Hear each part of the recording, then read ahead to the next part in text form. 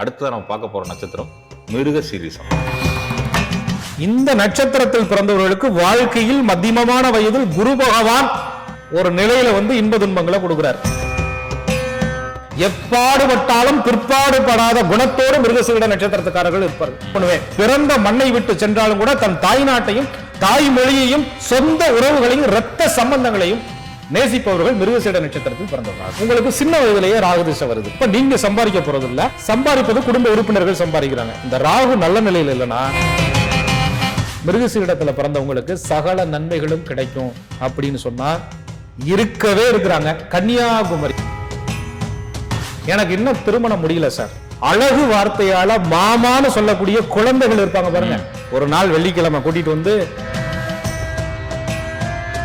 மிருகசீரிட நட்சத்திரத்தில் பிறந்தவர்களுக்கு 4வது திசையாக வரக்கூடிய முக்கியமான திசை தான் சனி பகவானுடைய திசை. அப்ப இந்த சனி பகவானுடைய திசையினுடைய தாக்கம் குறையணும்னா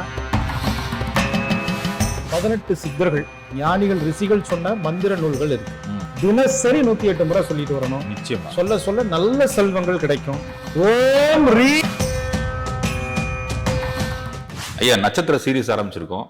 நட்சத்திரங்களை பத்தி எல்லா விஷயங்களும் நம்ம உறவுகள் சொல்லிக்கிட்டு இருக்கோம். நட்சத்திர சீரிஸ்ல இருக்க ஒரு வீடியோ பார்த்துட்டா கூட இந்த நட்சத்திரத்துல நான் பிறந்திருக்கேன் அப்படின்னு பெருமைப்படக்கூடிய அளவுக்கு சொல்லி நட்சத்திர சீரிஸ் நல்ல வரவேற்பு பெற்றுட்டு இருக்கியா. அடுத்ததான் நம்ம பார்க்க போற நட்சத்திரம் மிருகசீரிஷம். இதுல பாருங்க, மிருகசீரிட நட்சத்திரம் அதுல 1வது பாதம் 2வது பாதம் ரிஷபராசியில விழுகுது, 3வது பாதம் 4வது பாதம் மிதுனத்துல விழுகுது. ஆமா, மிருகம் சீரிஷம் அப்படின்னு மிருகத்தினுடைய குணம் என்ன? வேட்டையாடுவது, போராடுவது, எல்லாம் பண்ணுவது அப்படின்னு சொல்றோம். அது கொடூரமான மிருக குணமா இருக்காயா அப்படின்னு சொல்றோம். மிருகத்துடைய குணம் என்ன? பாரு, மிருக குணமா இருக்கா, அரக்க குணமா இருக்காயா அப்படின்னு சொல்ல, மிருகமா நீ என்ன விலங்கா அப்படின்னு சொல்லும். மிருகசீரிட நட்சத்திரத்துக்கு அப்படியே விதி எப்படி இறைவன் எழுதி வச்சிருக்கிறாரு பாருங்க. ஞானிகள் சொல்லியிருக்காங்க, கணத்திலே தேவகணம். நட்சத்திரத்தின் பேரு மிருகசீரிடமா இருக்குது, கணத்துல தேவகணம்னா சாத்வீகமான குணம். எப்பொழுது இவங்க போராட்ட குணத்துக்கு வருவாங்கிறதுக்கு சூட்சமம் இருக்கு. அப்ப தேவகணம், குணத்திலே தேவகணம், கணத்திலே தேவகணம். பறவையில கோழி, மிருகத்துல பெண் சாரப்பாம்பு. அப்ப இந்த மிருகசீரிட நட்சத்திரத்தில் பிறந்தவர்கள் 1ஆம் பாதம் 2ஆம் பாதத்துல பிறந்தாங்கன்னா சந்திரன் ரிஷபத்துல இருப்பார், அதுக்கு ஒரு குணம் இருக்கு. 3வது பாதம் 4வது பாதத்துல பிறந்தாங்கன்னா சந்திரன் மிதுனத்துல இருப்பார், அதுக்கு ஒரு குணம் இருக்கு. மிருகசீரிடம் செவ்வாய் பகவானுடைய ஒரு நட்சத்திரம், செவ்வாய் கிரகத்தினுடைய நட்சத்திரம்.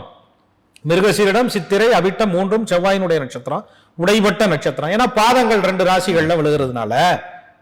ஆனா இதனுடைய அதிதேவதை சந்திர பகவான், சிவபெருமான். அப்ப இந்த மிருகசீரிட நட்சத்திரக்காரங்கள்ட்ட 1ஆம் பாதம் 2ஆம் பாதத்துல பிறந்த ரிஷபத்துல பிறந்தவங்கள்ட்ட ஒரு குணமும் மிதுனத்துல பிறந்தவங்களுக்கு ஒரு குணமும் இருந்தாலும் இது எந்த பாதங்கிற குழப்பமே வேண்டியதில்லை. நட்சத்திரத்தின்படிதான் உங்களுக்கு நவகிரகங்களுடைய தசாபுத்திகள். அது என்ன தசாபுத்தினா, இந்த வாழ்க்கையை வாழணும், பிறப்பு முதல் ஒரு முதுமை வரை நம்ம ஒரு காலகட்டத்துல வாழ்றோம். அதுல நல்லது கெட்டது எல்லாத்தையும் அனுபவிக்கிறோம், உயர்வு தாழ்வுகளை அனுபவிக்கிறோம், செல்வங்களை சேர்க்கிறோம், இழக்கிறோம், நோய்வாய்ப்படுறோம், சரியாகிறோம், கடன் கொடுக்கிறோம், வாங்குறோம். இது அத்துணையையும் சொல்லுவது ஒரு நட்சத்திரத்துல இருந்து தொடங்கக்கூடிய, நீங்க எந்த நட்சத்திரத்துல பிறக்குங்களோ அந்த நட்சத்திரத்தினுடைய தசாபுத்தியின் வாயிலாகத்தான் நமக்கு நடக்குது. நிச்சயம். அதனால ராசியை பற்றி இந்த இடத்துல கவலைப்பட வேண்டியதில்லை. மிருகசீரிட நட்சத்திரத்துல பிறந்தவர்களுக்கு நிறைய தனிச்சிறப்புகள், தெய்வ வழிபாடுகள், அவங்க வாழ்க்கையில் நடக்கக்கூடிய தசாபுத்திகளை எவ்வாறு தற்காத்து கொண்டு அந்த தெய்வத்தினுடைய கிரகத்தினுடைய அருளை பெறுவது. நிச்சயமா. உங்கள்கிட்ட ஸ்பெஷலே என்னன்னா தசாபுத்தியோட சேர்த்து பலன் சொல்றது. நட்சத்திரத்தை பத்தி சொல்லிடலாம், நட்சத்திர குணாதிசயங்கள் பத்தி சொல்லிடலாம், பட் தசாபுத்தி நடக்கிறப்ப அதற்குரிய வழிபாடு சொல்றீங்களா, அதைத்தான் மக்கள் பாராட்டு. நிச்சயமா ஞானிகள் அப்படிதான் சொல்லி இருக்கிறாங்க. அதைத்தான் நம்ம புலிப்பாணி சித்திர ஐயாவினுடைய அருளால எடுத்து சொல்றோம். நிச்சயமா ஐயா நிறைய நூல்கள் எழுதியிருக்கிறாங்க. அதுல ரிஷபம் மிதுனத்தை பத்தியும் அந்த மிருகசீரிட நட்சத்திரத்தினுடைய குணங்களை பத்தியும் சொல்லியிருக்காங்க. அதுல ஐயா புலிப்பாணி ஒரு பாடலோட அருமையா சொல்லியிருக்காரு. சொல்லப்பா எருதோடு மிதுனத்தோருக்கு, எருதுனா ரிஷபம், மிதுனம். சொல்லப்பா எருதோடு மிதுனத்தோருக்கு சுகமெத்த உண்டென்று சொல்வார்கள், அல்லப்பா அந்தனரும் கேந்திரம் வேறு அவர் செய்யும் கொடுமையது மெத்த உண்டு, தல்லப்பா தரைவருளும் தனமும் நாசம் தார்வேந்தர் அரிட்டடும் தோஷம் செப்பே அப்படின்னு சொல்லியிருக்கிறார். அப்ப இந்த நட்சத்திரத்தில் பிறந்தவர்களுக்கு வாழ்க்கையில் மத்தியமமான வயதில் குரு பகவான் ஒரு நிலையில வந்து இன்ப துன்பங்களை கொடுக்கிறார். ஞானிகள் சொல்லி இருக்கிறார்கள். குருவினுடைய ஒரு சாபம் இருக்கு இந்த நட்சத்திரத்துக்கு அப்படின்னு இதற்கு சொல்றாங்க. அது எப்படியா? சிவபெருமானுடைய அருள் பெற்ற நட்சத்திரம், சந்திரனை அதிதேவதையாக கொண்ட நட்சத்திரம், செவ்வாயினுடைய தைரிய வீரியம் கொண்ட ஒரு நட்சத்திரம், எப்படி குருவோட கர்மவினைக்கு ஆட்படுது அப்படின்னு சொன்னா, நீங்க பொதுவா நான் நிறைய ஆய்வு பண்ணி பார்க்கும்போது மிருகசீரிடத்தில் பிறந்தவர்கள் குழந்தையாக இருக்கும் பொழுதும் அல்லது குழந்தையை பெற்றெடுக்கக்கூடிய சூழ்நிலைகள் வரும் பொழுதும், திருமணம் முடிஞ்சு குழந்தையை பெற்றெடுத்த பின் குழந்தையை வளர்ப்பதற்காகவும், குழந்தையை வளர்த்ததுக்கு அப்புறம் அந்த குழந்தைக்கு ஒரு கல்யாணம் பண்ணி வச்சு அதுக்கு ஒரு குழந்தையை பார்ப்பதற்காகவும் நிறைய போராடிக்கிட்டு இருக்கிறாங்க. அப்ப குரு என்றால் குழந்தை ஆச்சுங்களா? அப்ப இது சார்ந்த பிரச்சனைகள் இவர்களுக்கு அதிகம் வருது. அடுத்து குருவுக்கு வந்து தனகாரகன். இந்த மிருகசீரிட நட்சத்திரத்தில் பிறந்தவர்கள் ரொம்ப எதுலையுமே துணிச்சலோட போராடக்கூடிய ஒரு குணத்தோட இருக்கிறாங்க. ஐயா, நீங்க ஒரு பொருளை போய் வாங்கினதுக்கு அப்புறம், ஒரு பொருளை வாங்குறதுக்கு ஒரு ஜவுளி கடைக்குள்ள உள்ள போறீங்க, உதாரணத்துக்கு சொல்ற ஒரு பொருள் உடை எடுக்கிறதுக்காக போறீங்க.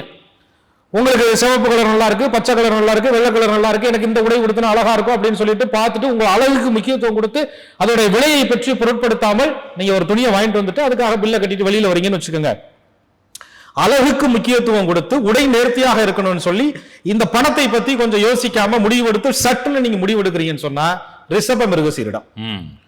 போகும்போது அது எவ்வளவு பெரிய உடையா இருந்தாலும் சரி, எவ்வளவு விலையா இருந்தாலும் சரி, 10,000 ரூபாய், 5,000 ரூபாய், 2,000 ரூபாய் தான் என் பட்ஜெட், அதுக்கு மேல ₹1 வந்து அங்க கிடையாது, இவ்வளவுக்குள்ளதான் நான் எடுப்பேன் அப்படின்னு எல்லா விஷயத்தையும் ஒரு கால்குலேட் மைண்டோட நீங்க யோசிக்கிறீங்க அப்படின்னு சொன்னா, புதன்னா கணிதம், வரவு செலவு எவ்வளவு, இதுக்கு எவ்வளவு போடணும், இவ்வளவு எவ்வளவு போடக்கூடாது, இதுக்கு இவ்வளவு தான் நான் செலவு பண்ணுவேன் அப்படின்னு யோசிக்கிறீங்கன்னா, அது அளவுக்காக இருந்தாலும், அறிவுக்காக இருந்தாலும், கல்விக்காக இருந்தாலும், ஒரு வீடு கட்டினா கூட போ அப்படின்னு சொல்லிட்டு திட்டமிட்டு இந்த பட்ஜெட்டுக்குள்ள முடிக்கணும்னு முடிவு பண்ணிட்டீங்கன்னா மிதுன மிருகசீரிடம். கட்டிக்கிட்டு இருக்கும் போதே இதை அளவுபடுத்தினா என்ன, இந்த இடத்துல ஜன்னல் வச்சா என்ன, இந்த இடத்துல ஸ்கிரீன் வச்சா என்ன, இதை கண்ணாடியில வச்சா என்ன, இந்த இடத்துல இன்னும் டைல்ஸ் ஒட்டினா என்ன, இது ஆத்தங்குடி டைல்ஸா இருக்கணும், இது வந்து இந்த ஊரு செங்கலா இருக்கணும், இது இந்த ஊரு மண்ணா இருக்கணும்னு சொல்லிட்டு ஒரு பிரம்மாண்டத்தை எதிர்பார்த்து அதற்காக நீங்க செலவழித்தீர்கள் என்றால் ரிஷப மிருகசீரிடம். இவ்வளவுதான் விஷயம். அதாவது 70 லட்ச ரூபாய் பட்ஜெட் போட்டு 1 கோடி 1.5 கோடிக்கு வீடு கட்டினா அது ரிஷபம். 70 லட்ச ரூபாய் பட்ஜெட் போட்டு அது 69 லட்ச ரூபாயில முடிச்சுனாப்பா, 1 லட்ச ரூபாய் மிச்சம் அப்படிங்கிறது மிதுனம். அதனால ராசியை பத்தி நீங்க கொல்லப்பட வேண்டியதில்லை. எந்த ராசியில நீங்க பிறந்திருந்தாலும் முதல் திசை, இப்ப 1ஆம் பாகத்துல பிறந்திருக்கிறீங்க அப்படின்னு சொன்னா ஒரு 7 வருடம் வந்து உங்களுக்கு செவ்வாய் மகாதிசை உலகம். அதாவது 7 வருடம்னா முழுமையா இருக்காது, பிறந்த அந்த நேரத்தை பொறுத்து அந்த தசாபுத்திகளுடைய தன்மைகள் சூரிய உதயத்திலிருந்து மாறுபடும். அது உங்க ஜாதக கணிதத்துல எழுதியிருப்பாங்க, செவ்வாய் மகாதிசை இருப்பு, கர்ப்பச்சல் நீக்கிய இருப்பு, தசா எத்தனை வருஷம், மாதம் எத்தனை மாதம், புத்தி எத்தனை நாட்கள் அப்படின்னு இருக்கும். அப்ப நீங்க 2ஆம் பாகத்துல பிறந்திருக்கீங்கன்னா 7 வருஷத்துல பாதி இருக்கும், 3ஆம் பாகத்துல பிறந்தீங்கன்னா அதுல பாதி இருக்கும், 4ஆம் பாகத்துல பிறந்தீங்கன்னா செவ்வாய் திசை கொஞ்சோண்டு முடியும் தருவாயில இருக்கும், ஒரு வருஷம் 2 வருஷம் 4 மாசம் இந்த கணக்குல இருக்கும், அல்லது ஒரு 10 நாட்கள் இருக்கும், அது கால அளவை பொறுத்து மாறும். ஆக மொத்தம் நீங்க பிறக்கும் போதே செவ்வாயினுடைய திசையில பிறப்பீங்க, நல்லா விளையாடுவீங்க, வீரமா இருப்பீங்க, எப்பாடுபட்டாலும் பிற்பாடுபடாத குணத்தோடு மிருகசீரிட நட்சத்திரத்துக்காரர்கள் இருப்பார்கள். எங்க தாத்தா அப்படிப்பட்டவர், எங்க தாத்தாவுக்கு தாத்தா அப்படிப்பட்டவர், என் குடும்பம் இப்படிப்பட்டது, என் பாரம்பரியம் இப்படிப்பட்டது, என் பிறந்த மண் இப்படிப்பட்டது, என் பிறந்த நாடு இப்படிப்பட்டது, என் ஊர் இந்த விஷயத்துல சிறப்பு, என் குடும்பம் என்ன விஷயத்துல சிறப்பு, என் ஊரு குலதெய்வத்துக்காக நான் எவ்வளவு வேணாலும் செலவு பண்ணுவேன், பிறந்த மண்ணை விட்டு சென்றாலும் கூட தன் தாய் நாட்டையும் தாய் மொழியையும் சொந்த உறவுகளையும் இரத்த சம்பந்தங்களையும் நேசிப்பவர்கள் மிருகசீரிட நட்சத்திரத்தில் பிறந்தவர்கள். அருமை அருமை. அந்த இரத்த சம்பந்தம், ஒரு பிளட் கனெக்டிவிட்டின்னு சொல்லுவாங்களே, ரத்த பந்தமையா, ரத்த சொந்தமையா அப்படின்னு.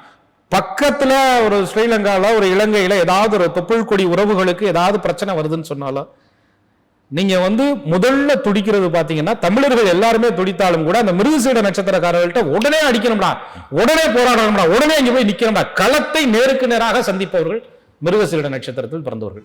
அப்படி ஒரு அசால்ட்டான வீரம் இருக்கும், ஓடுற பாம்பை கையில பிடிச்சிருவாங்க. அதனாலயே என்னமோ பெண் சாரை அப்படின்னு சொல்லி வேகமாக செயல்படக்கூடிய ஒரு நட்சத்திரம். ஆனா குழந்தை பருவத்துல வந்தது, குழந்தை பருவத்துல படுறதுனால அவங்க சின்ன வயதுல ஒரு 7 வயதுக்குள்ள அதிகபட்சம் சந்திச்சு முடிச்சிடுறாங்க. அப்ப இவர்கள் வந்து முருகப்பெருமான அந்த காலகட்டங்களில் வழிபாடு பண்ணுனா குழந்தையா இருக்கும் பொழுதே அந்த தெய்வத்தினுடைய அருள் இவர்களுக்கு கிடைக்கும். இன்னும் சொல்ல போனா குழந்தை குமரனை வழிபாடு செய்வது மிருகசீரிட நட்சத்திரத்தில் பிறந்தவர்களுக்கு நல்லது.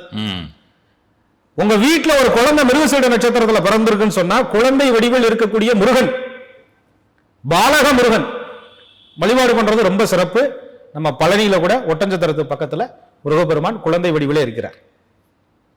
பால தண்டாயுத பாணி என்ற பேரே முருகப்பெருமானுடைய சிறப்பு. அந்த குழந்தை ரூபத்தில் இருக்கக்கூடிய அந்த முருகன் அவ்வளவு செல்வங்களை உங்களுக்கு தேடி கொடுப்பார். சரி, அதுல இருக்கிற சில பிரச்சனைகள், நோய் உபாதைகள், ரத்த சம்பந்தப்பட்ட பிரச்சனைகள், கீழே மேல விழுகிறது, காயங்கள் படுறது, இதோட செவ்வாயை கடந்துருவீங்க. சரியா மிருகசீரிடத்தில் பிறந்தவர்களுக்கு படிக்கிற வயதுல ராகு பகவான் உள்ள உட்கார்வார். ராகு என்பது அந்நிய மொழி, அந்நிய இனம், அந்நிய பாடங்களை கற்றுத்தருவதில் தேர்ச்சி பெற்றவர்கள் அப்படின்னு சொல்றாங்க. பொதுவாக தன் தாய்மொழி பாடத்தை விட அதிக மொழிகளை படிக்கக்கூடிய வாய்ப்புகள் உருவாகக்கூடிய இடத்துல இவங்க படிப்பாங்க. அல்லது இவர்கள் இருக்கக்கூடிய வீட்டுக்கு பக்கத்துல ஒரு மலையாளி தேசத்தவர்கள் இருக்கலாம், பிற மொழி உருது பேசுபவர்கள் இருக்கலாம், தெலுங்கு பேசுபவர்கள் இருக்கலாம், கன்னடம் பேசுபவர்கள், தன் தாய்மொழிக்கு அப்பாற்பட்டு பேசுபவர்கள் இருக்கலாம். அல்லது இவர்களுடைய தந்தையே தன்னுடைய தாய் நாட்டை விட்டு வேற எங்காவது இருந்து வேற்றுமொழி பேசக்கூடிய இடத்துல இருந்து பணத்தை சம்பாரிச்சு இவர்களுக்கு கொடுக்கலாம். ஏதோ ஒரு இடத்துல அங்க ஒரு லாங்குவேஜ் மாற்றம்ங்கிறது வரும். இது இந்த ராகு நல்ல நிலையில இருந்தா தந்தைக்கு செல்வாக்கு, அந்தஸ்து, புகழ், கீர்த்தி. ஏன்னா நம்ம சம்பாதிக்கிற வயதுல ராகு திசை வரப்போறது இல்லை. உங்களுக்கு மிருகசீரிடத்துல பிறந்தவர்களுக்கு அந்த ஒரு 6 வயது 5 வயதுல இருந்து ஒரு 22 23 வயதுக்குள்ள ராகு திசை வர்றதுனால உங்களுக்கு சின்ன வயதுலயே ராகு திசை வருது.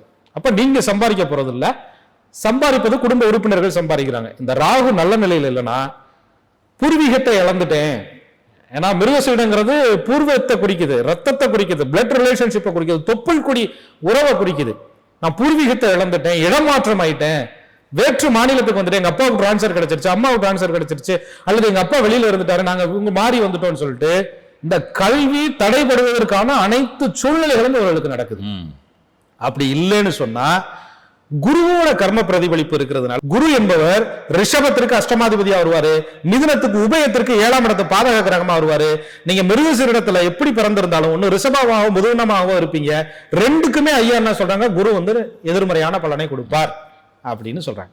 அப்ப ஒரு கேந்திரத்துக்கு மறுகேந்திராதிபதி, ஒரு உபயத்திற்கு 7ஆம் இடத்து பாதகாதிபதி, ரிஷபத்துக்கு அஷ்டமாதிபதி அப்படிங்கிற அமைப்புல வர்றதுனால படிக்கிற இடத்துல இருக்கக்கூடிய நல்ல பிரசன்டேஷன் பண்ணாலும் குருமார்கள் வாத்தியார்கள்னால அச்சப்பட்டுக்கிட்டு ஏதோ அவங்க திட்டுவாங்க அடிப்பாங்கன்னு பயந்துகிட்டு பள்ளிக்கூடத்துக்கு போகாம தன்னுடைய பாடப்படிப்பை இடைநிறுத்தம் செய்யக்கூடியவர்கள் மிருகசீரிடத்தில் பிறந்தவர்கள் அதிகம் இருக்கிறார்கள்.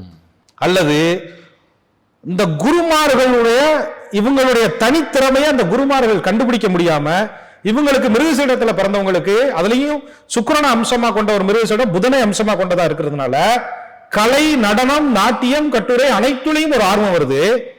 ஆனா ஸ்கூல்ல பாத்தீங்கன்னா இவங்களுடைய திறமைகள் பின்னாடி இருக்கும். இவங்க கேட்கறதுக்கு கூச்சப்பட்டுக்கிட்டு இருப்பாங்க.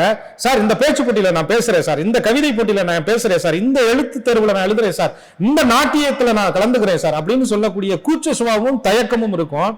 வாய்ப்புகள் கிடைக்காம பின்தங்கி கொண்டு இருப்பாங்க. குரு பகவானுடைய அருள் இல்லாதனால அந்த ஆசிரியரே இவர்களுடைய திறமையை கணிப்பதற்கு சிக்கலான ஒரு சூழ்நிலையில் அவதிப்படுறாங்க. அப்ப ஒண்ணு கல்வியில தடை வருது, அல்லது குருனால ஒரு டீப்ரமோஷன் வருது.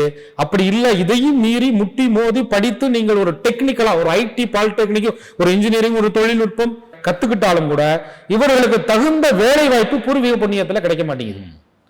இவங்க ஒண்ணு வடதிசையை நோக்கி இடம்பெறுவதோ, வெளிநாடு வெளி மாநிலங்கள் நோக்கி போடுவதோ, அல்லது பூர்வீகத்தில் இருந்து கொண்டு சரியான வேலை வாய்ப்புகள் அமராமலோ இவர்கள் ரொம்ப குழப்பமாகறாங்க. இதுக்கு இடையில இந்த ராகு ஒரு தில்லாலங்கடி வேலையை பார்த்து விட்டுருவார். ஏன்னா ராகு பகவானால குல தர்மத்திற்கு மத தர்மத்திற்கு எதிராக செயல்படக்கூடிய ஒரு கிரகம். அப்ப ராகு என்ன பண்ணுவார்னா, சுக்கிர பகவானுடைய வீட்டுல ரிஷபத்துல மிருகசீரிடம் இருந்தாலும் மிதுனத்துல மிருகசீரிடம் இருந்தாலும் இந்த ராகு பகவான் திருமண விஷயத்துல சட்டென்று வேகப்பட வைப்பார். இந்த மிருகசீரிடத்துல பிறந்தவங்க டக்குன்னு அழகுக்காக ஒருத்தர் மேல ஈர்ப்பாகிறது, அறிவா இருக்கிறாங்களே அப்படிங்கிறதுக்காக ஈர்ப்பாகிறது, தன்னை பார்த்துக்கிருவாங்களா அப்படின்னு ஈர்ப்பாகிறது இல்ல, தனக்கு காலத்துக்கும் துணையாக இருப்பாங்களா அப்படின்னு ஈர்ப்பாகிறது இல்ல. ஒண்ணு அழகுலையோ அல்லது அறிவா பேசுறாருங்கிறதுனாலயோ, அது உண்மையா போலியான்னு தெரியாம கபடதாரிகள் இடத்துல இந்த ராகு பகவான் எதிர்மறையாக இருக்கும் பொழுது கோர்த்து விட்டுறாருன்னே சொல்லணும். நெகட்டிவா இருந்தாருன்னா கண்டிப்பா இந்த வீட்டை விட்டு வெளியில போய் திருமணம் பண்றது, அல்லது அப்பா அம்மாவுக்கு தெரியாம திருமணம் முடிக்கிறது, ரகசிய திருமணங்கள் முடிக்கிறது, ரெஜிஸ்டர் திருமணம் முடிச்சுட்டு ஒண்ணும் தெரியாத மாதிரி காலேஜுக்கோ ஸ்கூலுக்கோ போய்கிட்டு இருக்கிறது, அல்லது வம்பா பேரண்ட்ஸே என் பிள்ளைக்கு எதிர்காலம் எங்கேயோ மிஸ் ஆயிடும், விரும்பின பிள்ளைக்கு நான் கட்டி கொடுத்துருவோம், விரும்பின பையனை திருமணம் பண்ண வச்சிருவோம், அல்லது இந்த பையன் இந்த பொண்ணை விரும்புறான் அப்படின்னு சொல்லிட்டு ரொம்ப ஃபோர்ஸ் பண்ணி அந்த திருமணத்தை ஒரு தர்மத்துக்கு எதிராகவோ அல்லது எளிமையான முறைகளையோ நடத்துவதற்கு ராகு பகவானுடைய பங்கு முக்கிய காரணமா இருக்கு. நிச்சயம் நிச்சயம். அப்ப அந்த மாதிரி நேரங்கள்ல அந்த மாதிரி தாக்கங்கள் உங்களுக்கு வரும் பொழுது துர்கா தேவியை கெட்டியா பிடிச்சுக்கணும். ராகு தசை நடக்கும்போது இதே ராகு மேசத்தில் இருந்தால் எந்த தெய்வம், ரிஷபத்தில் இருந்தால் எந்த தெய்வம், மிதுனத்தில் இருந்தால் எந்த தெய்வம், இப்படின்னு நம்ம ஞானிகள் வகுத்து வச்சிருக்கிறாங்க. அது பிறப்பு ஜாதகத்தை பொறுத்து தான் வழிபாடுகள் மாறுது. இருந்தாலும் கூட நம் காணொலியினுடைய சுருக்கம் காரணமாக நான் அடுத்தடுத்த பதிவுல நம்ம பக்தி சேனல் மூலியமா ஒவ்வொரு இடங்களிலும் இந்த நட்சத்திரக்காரர்களுக்கு ஒவ்வொரு கிரகங்கள் இருந்தால் என்ன பலன், பலாபலன்கள், பரிகாரங்கள் சொல்லுவோம். நிச்சயமா நிச்சயம் சொல்லுவோம். இதுல அந்த ராகு திசை நடக்கும்போது துர்க்கையை வழிபாடு பண்ணணும். துர்கா தேவியை கெட்டியா பிடிச்சு துர்க்கையினுடைய மந்திரங்களை சொல்லி ராகு காலத்திலே செவ்வாய்க்கிழமைகளில் வரக்கூடிய ராகு காலங்கள்ல, நான் ஸ்கூலு பள்ளிக்கூடத்துக்கு போறேன் சார், என்னால கரெக்டான டயத்துக்கு போக முடியல, இரவு நேரத்துல சாயந்தர நேரத்துல போய் தீபம் ஏத்துங்க, காலையில வெள்ளனா போய் தீபம் ஏத்துங்க, வீட்டுல துர்க்கையை நினைத்து வழிபாடு பண்ணுங்க. ஒரு மாற்றம், மன முதிர்ச்சி, உங்க குழந்தைக்கு இந்த மாதிரி ராகு திசை நடக்குதுன்னா நீங்க வழிபாடு பண்ணுங்க, ஏற்படும். அப்ப அந்த கல்வி இந்த சூழல்லாம் தாண்டி வந்துருவீங்க. அடுத்துங்கயா இந்த மிருகசீரிடத்தில் பிறந்தவர்களுக்கு 3வது தசையா குரு பகவானுடைய தசை வரும். ஏற்கனவே குரு சார்ந்த கர்மாக்கள் இருக்குதுன்னு சொல்றோம். தனத்துக்கும் குழந்தைக்கும் குழந்தை செல்வத்திற்கும் தனத்தை ஈர்த்து காப்பாத்திக்கிறதுக்கும் போராட்டங்கள் இருக்குன்னு சொல்றோம். கரெக்டா அந்த வயதுல குரு பகவானுடைய தசை உள்ள வந்துருது. மிஞ்சி போனா ஒரு 23 வயசு அல்லது 25 வயசு, செவ்வாய் தசை முழுமையா இருந்தா ஒரு 25 வயசு, பாதியா இருந்தா 25 வயதுக்குள்ளாக வரும்போது குரு பகவானுடைய தசை வருது. இப்பதான் 2 கட்டானா ஆகுறது. கல்யாணத்தை வேகமா பண்ணிட்டு அடுத்து பொருளாதாரத்தை ஈட்ட போகும்போது இதை காப்பாத்துறதா அதை காப்பாத்திக்கிறதா அதை எட்டி பிடிக்கிறதாங்கிறத பிரச்சனை. அல்லது ராகு எங்கேயாவது டைவர்ட் பண்ணி விட்டு கல்யாணமே நடக்காம குருவுல கல்யாணம் பண்ணிக்கிறதா, தொழிலை ஏற்படுத்திக்கிறதா, அல்லது தொழிலை ஏற்படுத்தினதுக்கு அப்புறம் வாழ்க்கை பண்றதுக்கு போறதா, குழந்தைகளை காப்பாற்றுவதா, குழந்தைகள் செல்வங்களுக்கு தேவையான வசதி வாய்ப்புகளை செஞ்சு கொடுப்பதா, அவங்களுக்கு நல்ல பள்ளிக்கூடத்துல இப்படி அந்த குழந்தை ஃபேமிலியை சார்ந்த பிரச்சனைகள், காசு சார்ந்த பிரச்சனைகள் குரு பகவானுடைய திசை நடக்கும்போது மிருகசீரிட நட்சத்திரத்தில் பிறந்தவர்களுக்கு அதிகமா வருது. இதே குரு பகவான் நல்ல நிலையில இருக்கிறார் அப்படின்னா அது லக்னத்தை பொறுத்து தான். அதை திரும்ப சொல்றேன், நீங்க மிருகசீரிடத்துல பிறந்துட்டு குரு திசையினோனே பயம் கொள்ள வேண்டிய அவசியம் இல்ல. குரு அணி லக்னங்கள்னு சாஸ்திரத்துல இருக்கு. இப்ப உதாரணத்துக்கு மேஷம், சிம்மம், கடகம், தனுசு, மீனம் இதெல்லாம் குரு அணி லக்னங்கள். அப்ப உங்களுக்கு இந்த மாதிரி ஒரு சாதகமான இடத்துல குரு இருந்தா நல்ல குரு அமைவாரு, நல்ல வித்தைகள் நடக்கும், நல்ல அறிவு கிடைக்கும், நல்ல வாய்ப்புகள் கிடைக்கும், நல்ல சூழ்நிலை இருக்கும், காசு சரளமா புரளும். ஆனா இந்த குரு கொஞ்சம் எதிர்மறை ஆகும் பொழுது நீங்க ஒரு நிறுவனத்துல வேலை பார்த்துக்கிட்டு இருந்தீங்கன்னா அந்த தொழிலை நான் செய்யணும் அப்படிங்கிற பேரார்வத்தை தூண்டி பெருந்தனத்தை இழக்க வைக்கும்.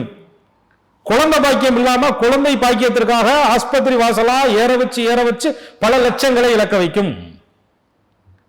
அல்லது பெரும் தனத்தை கொடுத்து பெரிய ஏமாற்றத்தையும் இந்த குரு கொடுக்கும். அப்ப குருனாலே சுபிட்சமாச்சே, குருனாலே அவர் இருக்கும் இடத்தை விட பார்க்கும் இடம் சிறப்பாச்சே. மன்னவன் எங்கிருந்து பார்த்தாலும் பொன்னவன் எங்கிருந்து பார்த்தாலும் சகல நன்மைகளையும் தருவாருன்னு சொல்றாங்களே, நல்லதுதான். அதே குரு எதிர்மறையா இருந்தா அவரை மாதிரி கடுமை காட்டுபவரும் யாரும் இல்ல அப்படின்னு சாஸ்திரம் சொல்லுது. அப்ப இந்த மாதிரி நேரங்களில் நீங்கள் எந்த தெய்வத்தை வழிபாடு பண்ணுனா மிருகசீரிடத்துல பிறந்தவங்களுக்கு சகல நன்மைகளும் கிடைக்கும் அப்படின்னு சொன்னா இருக்கவே இருக்கிறாங்க கன்னியாகுமரி அம்மன். முக்கடலும் சங்கமிக்கின்ற இடத்திலே இருக்கக்கூடிய அந்த குமரி தாய் கன்னியாகுமரி பகவதி அம்மனை நீங்கள் வழிபாடு பண்ணும் பொழுது, அவருடைய மந்திர சொற்களை நீங்க சொல்லும் பொழுது மாபெரும் வெற்றியை இந்த குரு பகவானுடைய திசையினால் ஏற்படக்கூடிய தாக்கத்தில் இருந்து நீங்கள் விடுபடுவதற்கு வாய்ப்பு இருக்கு. இது ஏன் அப்படின்னு சொல்றோம்னா, குமரி தெய்வமாகவே குமரியாகவே முக்கடல் சங்கமிக்கின்ற இடத்தில் இருக்கக்கூடிய தெய்வம். குருனா குழந்தை. அந்த அம்பாளுடைய மூக்குத்தி ஒளி இருக்கு பாருங்க, அவ்வளவு பிரகாசம். சுக்கிரன் அப்படின்னா ஒளி, புதன் அப்படிங்கிறது தெய்வம், பெண் தெய்வம். அப்ப நீங்க அந்த அம்பாளை போய் தரிசனம் பண்ணி அந்த மூக்குத்தி தரிசனத்தை கண்டிப்பா மிருகசீரிடத்தில் பிறந்தவர்கள் தரிசித்து வர வேண்டும். முக்கடல் சங்கமிக்கின்ற அந்த குமரியில தன்னுடைய பாதத்தை கால அந்த கடல்ல நின்று சூரிய பகவான நமஸ்காரம் பண்ணி, எனக்கு இப்ப நடந்துகிட்டு இருக்கிற குருதிசை அல்லது நடக்க போற குருதிசை அல்லது குருதிசையில பாதியில நிக்கிறேன், இந்த பிரச்சனையை தீர்ப்பதற்கு வழியை சொல்ல வேண்டும் என்று வேண்டி வர வேண்டும். அப்போ உங்களுக்கு குருவோட மந்திரம் ஒண்ணு சொல்ல போறோம் இந்த காணொலியில கடைசியில. அந்த அகத்தியர் ஐயா தன்னுடைய மூல நூல்களிலே அந்த பகவதி தாய்க்கு சொன்ன மூல மந்திரத்தை சொல்லி வழிபாடு பண்ண குருதிசையினுடைய தாக்கத்தில் இருந்து நீங்கள் வெளியில வரலாம். நல்ல பலன்கள் உங்களுக்கு கிடைக்கும். இதுல இன்னொரு சூட்சம பரிகாரம் இருக்கு. சுக்கிரன்னா வெள்ளி ஆபரணம், வைரத்தையும் சொல்றோம். குரு அப்படின்னா குழந்தை, சுக்கிரன் அப்படின்னா மனைவி, களத்திரக்காரகன் அப்படின்னு பேரு. ஒவ்வொரு மிருகசீரிட நட்சத்திரத்தில் பிறந்த ஆண்கள் தான் வீட்டில் இருக்கக்கூடிய தன்னுடைய மனைவிக்கு மெட்டி தேய்ந்திருந்தால் ஒரு வெள்ளிக்கிழமை அன்னைக்கு புது மெட்டி வாங்கி நல்ல நாள் நட்சத்திரம் திதி பார்த்து அந்த மெட்டியை மாற்றிக்கொள்ள வேண்டும். தேய்ந்த மெட்டியோடு அவர்களுடைய மனைவி வீட்டில் இருக்கவே கூடாது, உடைந்த மெட்டியோடு இருக்கக்கூடாது. ஏன்னா அது மாபெரும் நல்ல ஒரு வளர்ச்சியை அவர்களுக்கு தேடி கொடுக்கும். எனக்கு இன்னும் திருமணம் முடியல சார் அப்படின்னா அழகு வார்த்தையால மாமான்னு சொல்லக்கூடிய குழந்தைகள் இருப்பாங்க பாருங்க, 11 வயது 10 வயதுக்குட்பட்ட பெண் குழந்தைகள் இருப்பாங்க பாருங்க. ஒரு நாள் வெள்ளிக்கிழமை கூட்டிட்டு வந்து நல்ல கொலுசு, சலங்கை சத்தம் கேட்கக்கூடிய கொலுசு வாங்கி அவர்களுடைய பாதத்தில் அணிந்து அந்த குழந்தை அந்த வீட்டுல உலாவ நடக்க நடக்க அந்த குழந்தையின் ரூபத்தில் இருக்கக்கூடிய அந்த ஆதி பராசக்தி அன்னை தேவியினுடைய அருள் உங்களுக்கு கிடைக்கும். நிச்சயமாக நிச்சயமா. அந்த சுக்கிரனுடைய தாக்கம் உங்களுக்கு நல்ல பலத்தை கொடுக்கும். அப்ப மனைவி குழந்தை இது ரெண்டும் சரி. இப்ப இது ரெண்டுமே என்னால பண்ண முடியலங்கிறவங்க அன்றைய நாள்ல திருமணம் முடிப்பதற்கு கடினமான சூழ்நிலையில் இருக்கக்கூடிய தம்பதிகளுக்கு, வரன் பார்த்துட்டு இருக்கிறவங்களுக்கு, ஏழை குடும்பத்தை சேர்ந்த பெண்களுக்கோ ஆண்களுக்கோ வஸ்திரம் வாங்கி கொடுப்பது. வஸ்திரம்னா உடை.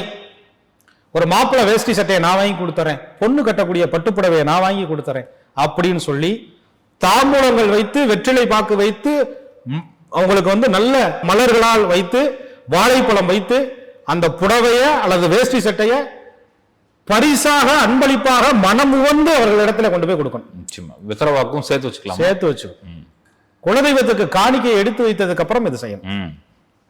அப்ப குருவினுடைய அந்த தாக்கம் இவர்களுக்கு ஒரு நல்ல பலனை. ஏன்னா குருனா மங்களகரமான சுபத்துக்கு காரகர். குரு பார்த்தா தான் ஒரு வீட்டுல கல்யாணமே நடக்கும், குரு பார்த்தா தான் அனைத்து சுபகாரியங்களும் நடக்கும். செவ்வாய்க்கு இன்னொரு பேர் மங்களகாரகன் அப்படின்னு பேரு. அப்படி அந்த சுபமான காரியங்களுக்கு இவர்கள் வந்து தொடர்ச்சியா சுபமான நிகழ்வுகளுக்கு இவர்கள் வந்து உதவி பண்ணும் பொழுது அந்த குரு பகவானுடைய அருள் பூரணமா கிடைத்து எப்பேற்பட்ட தாக்கங்களையும் வெற்றி பெறுவதற்காக. ஏன்னா தர்மம் தானங்க எல்லாமே. நிச்சயமா தர்மத்துக்கு மிஞ்சினது எதுவுமே கிடையாது. நிச்சயமா நான் ஏற்கனவே செஞ்சுக்கிட்டு இருக்கேன்னா செய்ய செய்ய நல்ல பலன்கள் கிடைக்கும். ஓரளவு குரு பகவானுடைய திசையில் நடக்கிற தசா புத்திகள் உங்களை காப்பாத்தி அடுத்த நிலைமைக்கு கொண்டுட்டு வரும். நிச்சயமா சார். இப்ப அடுத்ததாக மிருகசீரிட நட்சத்திரத்தில் பிறந்தவர்களுக்கு 4வது தசையாக வரக்கூடிய முக்கியமான தசை தான் சனி பகவானுடைய தசை. சனி பகவான் தசை தான் அவங்களை எப்படி வழி நடத்த போகுதுங்கிறது தெரியும். அது கரெக்டா ஏஜுக்கு வந்துடும். ஏன்னா பிறக்கும் போது செவ்வாய் ராகு குரு இதெல்லாம் ஒரு 30-40 வயசுல கடந்துடும். கரெக்டா வாழ்க்கையினுடைய பிற்பகுதி. பொதுவாக ரிஷபராசி மிதுன ராசிக்காரர்களை கொண்டு போய் நீங்க பாருங்க, மிருகசீரிடத்துல பிறந்தவங்களை உங்க வாழ்க்கையில பிற்பகுதியில 40 வயசுக்கு மேல ஓஹோன்னு வருவீங்கம்பாங்க. அப்ப இவங்க வந்து அந்த சனி திசைக்காக காத்திருப்பாங்க. யோகத்தை கொடுக்கும். ஏன்னா ரிஷபத்துக்கும் அவர் வந்து பாக்கிய தொழில் கிரகமா வர்றாரு, மிதுனத்துக்கு அஷ்டம 9 கூடவனா வர்றாரு. அதனால வந்து தொழில் பாக்கியம் ஜீவனம் அசையா சொத்துக்கள் இதெல்லாத்தையும் கொடுப்பாரு அப்படின்னு இவர் எதிர்பார்ப்பு. ஜாதக அலங்காரம் மூல நூல்கள் என்ன சொல்லுதுன்னா 4வது திசையாக வரக்கூடிய சனி மகா திசை மாரக திசை அப்படின்னு சொல்லுது. மாரக திசை அப்படின்னா மரணத்தை ஏற்படுத்தும் அதிகாரம் படைத்த திசை அல்லது மரணத்துக்கு இணையான துன்பத்தை கொடுக்கும் திசை அப்படின்னு சொல்லுது. சுய ஜாதகத்திலே நான் எப்பயுமே 10-50 ஒரு தசை வந்தோடனே அள்ளி கொடுக்கும், கிள்ளி கொடுக்கும், நல்லது செய்யும், கெடுதல் செய்யும் சொல்ல மாட்டேன். அந்த திசை இருக்கின்ற இடம் பெற்ற நட்சத்திரத்தினுடைய பலன், பார்வை பலன், லக்னத்தினுடைய பலனை பொறுத்து தான் சனி பகவான் உங்களுக்கு யோகமா இருப்பாரா. ஒருவேளை குருவே யோகமா இருந்து சனி பகவானுடைய திசை பாதிப்பை தரலாம், அல்லது குரு திசை மந்தமாக இருந்து சனி பகவானுடைய திசை யோகத்தை தரலாம். நான் கடந்த பதிவுல கூட சொல்லியிருக்கேன், யோகமான குரு திசை தன் திசைகள் சரிவர யோகங்களை தரவில்லை என்றால் அடுத்து வரக்கூடிய சனி மகா திசை பாதகாதியாக இருந்தாலும் கூட யோகம் தருவார். நிச்சயமா இன்னொரு வார்த்தையை சேர்த்து சொன்னீங்க. குரு திசையில அவன் அடக்கி இருந்துட்டோம்னா சனி திசையில எங்கேயோ கொண்டு போயிடுவாரு, அங்க ஆடிட்டீங்க இங்க வாரிடுவாரு. அப்ப அந்த சனி பகவானுடைய திசையை பொறுத்து தான் அந்த உயர்வு தாழ்வு. என்ன மாரகத்தை பத்தி கவலைப்பட வேண்டியதுல சுய ஜாதகத்துல ஆயுள் கிரகம் அஷ்டமாதிபதி, ஆயுளுக்கு காரகரான சனி பகவானுடைய நிலை, அஷ்டமஸ்தானத்திற்கு மற்றொரு அஷ்டமஸ்தானாதிபதினு சொல்லக்கூடிய 3ஆம் இட அதிபதியினுடைய நிலை, இதை பொறுத்து தான் உங்களுடைய ஆயுள். அதனால மாரக திசையை பத்தி கவலைப்பட வேண்டியதுல சனி பகவான் நன்மையான பலனை செய்வதற்கும் அவர் நல்லதை தர்றதுக்கும் நிறைய வழிபாடு முறைகள் இருக்கு. அதெல்லாம் இவங்க செஞ்சு வந்தாங்கன்னா ஓரளவு சனி திசையினுடைய நல்ல உயர்வுகளை, பெருமளவான செல்வங்களை இவர்கள் மிருகசீரிட நட்சத்திரக்காரர்கள் பெறலாம். அதுக்கப்புறம் முதுமையில புதன் மகாதிசை வரும். இந்த சனி திசை நடக்கும்போது முதுமைக்கான திட்டத்தை நீங்க தயார் பண்ணிக்கணும். ஏன்னா நிறைய நான் பெரியவங்களை பார்த்திருக்கேன், மிருகசீரிடத்துல பிறந்தவங்க சனி திசையில ஊரு, சொந்த பந்தம், ரத்த உறவு, ஏன்னா இது சென்டிமெண்டான ஒரு நட்சத்திரம், ரத்த உறவுகளுக்கு முக்கியத்துவம் கொடுக்குற நட்சத்திரம். என் சகோதரன், என் அண்ணன், என் தம்பி, மாமே, மச்சனே, சொந்தக்காரன், பந்தக்காரன், என்ன கூட அன்பா சகோதரரா பழகிட்டாரு, என்ன அண்ணன்னு கூப்பிட்டுட்டாரு, வாய் நிறைய தம்பின்னு கூப்பிட்டுட்டாரு, வாய் நிறைய அக்கான்னு கூப்பிட்டுட்டாங்க அப்படின்னு சொல்லிட்டு நிறைய இரக்க சுபாவத்தோட இழந்துட்டு சனி திசையில நிறைய பேர் தெருவுலையும் இருக்கிறாங்க, கஷ்டத்திலையும் இருக்கிறாங்க. அதே நேரத்துல பின்னாடி சம்பாரிச்சுக்கலாம் இறைவன் நமக்கு கொடுப்பான்னு ஒரு நம்பிக்கையோட இருந்து சனி திசையில நல்ல நிலையில வந்தவங்களும் இருக்காங்க. அது சனி பகவான் இருக்கிற நிலையை பொறுத்து என் நிலையில் இருந்தாலும் வழிபடுவதற்கு ஒரு மார்க்கம் இருக்கு. அதை இவங்க கெட்டியா பிடிச்சுக்கிட்டாங்கனால மிருகசீரிட நட்சத்திரக்காரர்கள் சனி திசையினுடைய தாக்கத்தில் இருந்து வெளியில வரலாம். நிச்சயமா நிச்சயமா நிச்சயமா. ஐயா, அந்த குரு மந்திரம் சொல்றேன்னு சொல்லியிருந்தீங்க. நீங்க மந்திரம் சொல்றதுல மீனராசி சொன்ன மந்திரம் வந்து பயங்கரமா ஆட்கள் கீழே டைப் பண்ணிட்டே இருக்காங்க. அந்த மந்திரத்தை எங்க எடுக்கிறீங்க? குருபவன் மந்திரத்தை நம்ம அருமையான கேள்வி சாமி. இப்ப வந்து எந்த ஒரு ஞானிகள் சித்தர்களுடைய சொன்ன மந்திரங்களையும் மந்திர சொற்களையும் ஒரு குரு உபதேசம் பெற்று முறையாக தீட்சை பெற்றுதான் நம்ம உபயோகப்படுத்தணும்னு முறைகள் இருந்தாலும் கூட அவங்க வந்து ரொம்ப வெளிப்படையா மானசீகமா இந்த கலியுகத்துல அவங்க மானசீக சூட்சம சரீரத்தோட இருந்து நம்மளை வந்து அருள் புரிகிறதுனாலதான் இந்த மந்திர சொற்களை கூட நம்ம பேசுறோம், கேட்கிறோம். அதனால அவங்களுடைய அனுகூலம் இல்லாம நம்ம சொல்றது இல்ல, நம்மளா உன்னை உருவாக்கிட்டு வந்து சொல்றது இல்ல. 18 சித்தர்கள் ஞானிகள் ரிஷிகள் சொன்ன மந்திர நூல்கள் இருக்கு, ஓலைச்சுவடிகளின் வடிவுல இருக்குது, மூல நூல்களுடைய வடிவுல இருக்குது.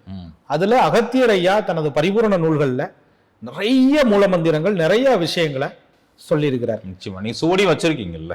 இருக்குங்க ஐயா கொடுத்தது இருக்கு. அப்ப இதுல வந்து நம்ம என்ன முக்கியமான ஒரு முடிவு எடுத்துக்கிறோம், இந்த சனி திசையில இருந்து இவர்கள் வெளியில வருவதற்கு இந்த மந்திரத்தை பயன்படுத்திக்கிறத நான் இறுதியில சொல்றேன். இறுதியில சொல்றேன் அப்படின்னு கேட்டீங்கன்னா சனி திசையை முடிச்சுட்டு போயிடும் அப்படிங்கிறதுக்காக மந்திரத்தை கண்டிப்பாக சொல்லலாம். அப்ப இந்த சனி பகவானுடைய திசையினுடைய தாக்கம் குறையணும்னா வீட்டுல வந்து சனி மூளைனே சொல்லுவோம், ஈச்சானிய மூளை அப்படிம்பாங்க, வடகிழக்கு மூளை அப்படிம்பாங்க. நிறைய மிருகசீரிட நட்சத்திரக்காரர்களை நான் பார்த்திருக்கேன். அந்த சனி திசை நடக்கும் பொழுது அந்த வடகிழக்கு ஈச்சானிய மூளைன்னு சொல்லக்கூடிய மூளையை இருட்டடிப்பு செய்யறது, பழைய பொருட்களை போய் குமித்து வைக்கிறது. பொதுவா அந்த ஈச்சானிய மூளை காற்றோட்டம் நிறைந்த பகுதியா இருக்கணும். அங்க வெயிட் வைக்க கூடாது, பாரம் வைக்க கூடாது. நீர்நிலைகளுக்கு நல்லது, ஆழமான நீர் தொட்டிகளுக்கு நல்லது. அங்க நீங்க படுத்தாலே சளி பிடிச்சிருங்க. ஆமா, அப்ப அந்த இடத்தை வந்து சுத்தமா வச்சுக்கணும். அப்ப சனி திசையினுடைய வாஸ்து ரொம்ப ரொம்ப முக்கியம் சாமி. எந்த ஒரு தசை நடந்தாலும் அந்த திசைக்கு தகுந்த மாதிரி உங்க இருப்பிடத்தை ஃபர்ஸ்ட் மாத்தி விட்டுரும். உங்களை வந்து சனி திசை நடக்கும்போது சோம்பேறித்தனத்தை கொடுத்துரும், குளிக்க விடாது, பூஜை ரூமுக்கு போக விடாது, ஒரு ஊதுபத்தி பொருத்த விடாது, ஒரு மந்தம் தேக்கம் அதிகமா வந்துடும். அப்ப அந்த ஈசானிய மூலையை ரொம்ப நீங்க சரியா வச்சுக்கணும். இந்த சனி திசை நடக்கும்போது இந்த நட்சத்திரக்காரர்கள் ஆஞ்சநேயர் வழிபாடு செய்ய செய்ய பெரிய பெரிய தாக்கங்களிலிருந்து இவர்கள் வெளியில வரலாம். இது ரொம்ப ரொம்ப முக்கியம். உங்களுடைய ஈசானிய மூலையில ஒரு கோவில் தீர்த்தம் அல்லது நீங்க மிருகசீரிடங்கிறது செப்பு, அந்த செம்பு பாத்திரத்துல ஒரு தண்ணி, ஒரு வாட்டர் பாட்டில தண்ணி வச்சு ஈசானிய மூலையில வச்சிடுறது, அதை அடிக்கடி மாத்தி வர்றது, பச்சை கற்பூரம், துளசி எல்லாம் போட்டு வைக்கிறது, ஏலக்காய் போன்ற நறுமணங்கள் போட்டு வைக்கிறது சனி பகவானால் ஏற்படக்கூடிய திசையினுடைய தாக்கத்திலிருந்து மிகப்பெரிய நன்மைகளை கொடுக்கும். நிச்சயமா நிச்சயமா. மிருகசீரிட நட்சத்திரத்தில் பிறந்தவர்கள் கருங்காலி மாலை அணிந்து கொள்வது நல்லது. உடனே இதை வச்சு ட்ரெண்டிங் ஆக்கி மார்க்கெட்டிங் பண்ணி கருங்காலி மாலை விற்பவர்கள் நான் எந்த குறையும் சொல்லல, அது ஒரிஜினலா இருக்கணும். கிடைக்குது அப்படிங்கிற பட்சத்துல அதை நீங்க ஆய்வு செய்துதான் எடுத்துக்கணுமே தவிர நம்ம வந்து நூல்கள்ல சொல்லி இருக்கிறத சொல்றோம். மிருகசீரிட நட்சத்திரத்தில் பிறந்தவங்க கருங்காலி மரத்தை ஸ்தல விருட்சமாக கொண்ட ஒரு அற்புதமான சிவஸ்தலம் இருக்கு. நன்னில வட்டம், திருவாரூர் மாவட்டத்துல மாகாளநாதர் திருமாலம் என்று சொல்வார்கள், திருஞான சம்பந்தரால் பாடல் பெற்ற ஸ்தலம். அந்த இடத்துல இருக்கக்கூடிய சிவபெருமான போய் வழிபாடு செய்து அர்ச்சனை செய்து வழிபட்டு வர மிருகசீரிட நட்சத்திரத்தில் பிறந்தவர்களுடைய வாழ்க்கையில் மிகப்பெரிய ஒரு உன்னத மாற்றத்தை அவர் கொடுப்பார். அருமை, அற்புதமான ஸ்தலம், போயிட்டு வரணும். அடுத்தங்க ஐயா, இந்த மந்திரத்தை ஐயா சொல்ல சொன்னீங்க. ஆமா ஆமா. மந்திரத்தை சொல்லுவதற்கு முன்னாடி அகத்தியர் ஐயா ஒரு குறிப்பு சொல்லியிருக்கிறார்.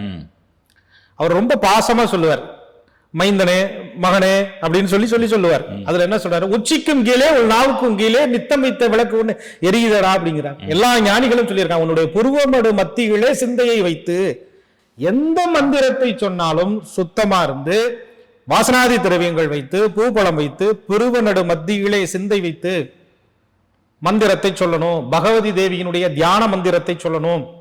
ஏன்னா இவர்களுக்கு மத்தியம வயதுல அந்த குமரி தெய்வமான பகவதி அம்மனை, கன்னியாகுமரி தாயை இந்த மந்திரத்தை சொல்லி வழிபடுவதன் மூலம் இவர்கள் வாழ்க்கையில் நல்ல மாற்றம் கிடைக்கும்.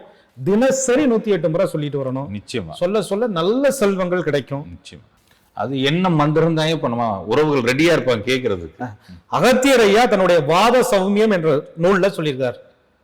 ஓம் ரீங் அங், நல்லா உச்சரிப்பு பாருங்க, ஓம் ரீங் அங் என்ற மந்திரத்தை புருவ நடு மத்தியில நின்று அகத்தியர் ஐயாவுக்கு ஒரு நன்றியை சொல்லிட்டு உங்க குலதெய்வத்திற்கு காணிக்கை எடுத்து வச்சுட்டு, மிருகசீரிட நட்சத்திரத்தில் பிறந்த நான் என்னுடைய மத்தியம வயதில் ராகு திசையை கடந்து குரு திசையில் இந்த நடைபெற்றுக் கொண்டிருக்கிற இந்த காலத்துல அடுத்து வரக்கூடிய சனி மகாதிசை, புதன் மகாதிசை, கேது மகாதிசையில் என் வாழ்க்கையில் எந்த விதமான தடைகளும் இல்லாமல் செல்வங்கள் பெற அகத்தியர் ஐயா கூட இருந்து, அந்த பகவதி தாய் என் கூட இருந்து இந்த மந்திரத்தின் மூலியமாக எனக்கு அனைத்து விதமான நன்மைகளும் நடக்கணும்னு சொல்லி இந்த மந்திரத்தை சொல்ல வேண்டும். நிச்சயமா நிச்சயமா, ரொம்ப ரொம்ப அருமையா சொன்னீங்க. நம்ம உறவுகள் நிச்சயம் அதை பயன்படுத்திக்குவாங்க. ரொம்ப ரொம்ப நன்றி. சுகமே சொல்க. சுகமே சொல்க. குருவாழ்க, குருவே துணை.